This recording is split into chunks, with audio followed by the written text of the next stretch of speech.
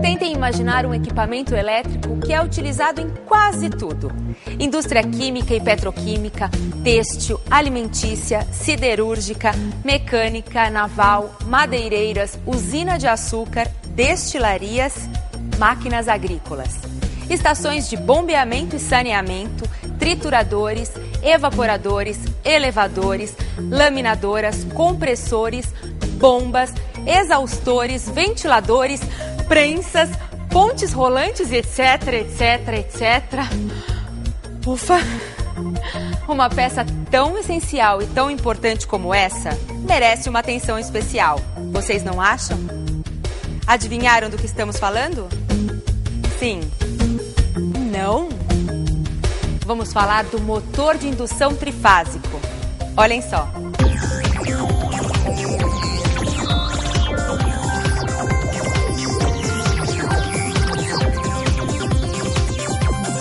Fim do século XIX. O croata Nikola Tesla, grande cientista dos campos da engenharia mecânica e da eletrotécnica, dá a partida na invenção do motor trifásico.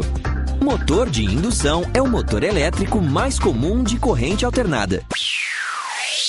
Antigamente, as fábricas ficavam na beira de rio, porque a energia mecânica para as máquinas vinham das rodas d'água.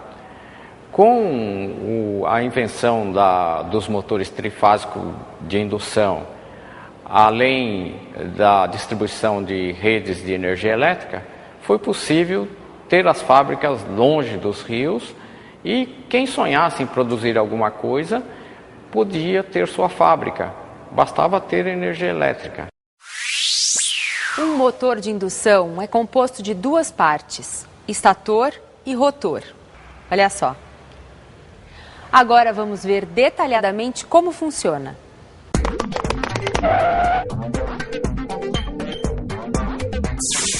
Uhul! No motor de indução, o espaço entre o estator e o rotor é denominado entreferro. O estator constitui a parte estática e o rotor a parte móvel. O estator é formado por chapas finas de aço magnético que tem o formato de um anel com ranhuras internas. Nesta estrutura são alojados enrolamentos que, por sua vez, devem criar um campo magnético no estator.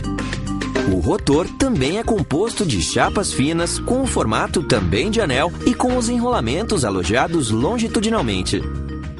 Veja agora a construção de um motor de indução com quem entende do assunto.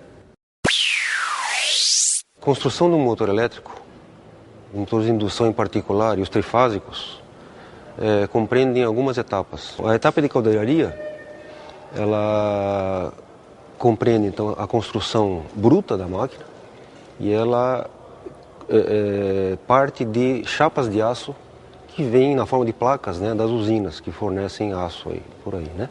Uma vez cortadas as peças, você tem os componentes individualmente já cortados e disponíveis.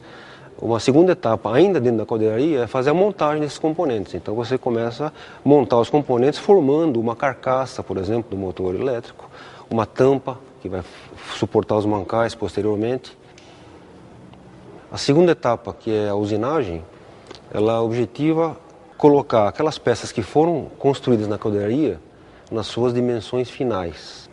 Da mesma forma, o eixo é um outro componente importante do motor elétrico. Ele vem da usina na forma de barras cilíndricas em bruto. E essa barra tem que ser desbastada e conformada para adequar a montagem sobre ele do núcleo posteriormente e que permita ainda mais à frente a montagem dele como um componente final. A terceira etapa é uma das etapas que é específica do motor elétrico trifásico, que é a fabricação do seu núcleo. O núcleo de um motor elétrico ele é constituído de lâminas de aço silicioso e essas lâminas elas devem ser então cortadas, né, na formato circular e sobre esse formato circular são executadas ranhuras onde posteriormente serão alojadas as bobinas ou as barras do rotor. Bom, a quarta fase ela compreende mais uma etapa que é específica da fabricação do motor elétrico, o que a gente chama de enrolamento ou bobinagem, que são sinônimos. Colocação dos fios, né, ou dos condutores elétricos dentro do núcleo. Você conforma bobinas, né, num formato adequado, e depois de conformadas, essas bobinas elas são isoladas adequadamente, e depois de isoladas, as bobinas então são alojadas dentro do núcleo, né, para formar o que a gente chama o enrolamento do motor. Então, para configurar agora esses vários pedaços no motor elétrico, essas partes são montadas entre si. Então, essa montagem compreende você colocar o núcleo bobinado dentro da estrutura da carcaça, colocar o eixo já com o rotor também dentro do estator, da carcaça, montar as tampas, que são elementos estruturais, e a máquina então está pronta para ser submetida aos ensaios e começar a funcionar. Existem dois tipos de motores de indução. Motor de indução com rotor gaiola, onde o rotor é formado de barras de material condutor que se encontram em volta do conjunto de chapas do rotor. As barras são curto-circuitadas por anéis metálicos nas extremidades. O segundo tipo é um motor de indução com rotor bobinado. Aqui, o rotor é formado por um enrolamento trifásico disposto em torno do conjunto de chapas do rotor.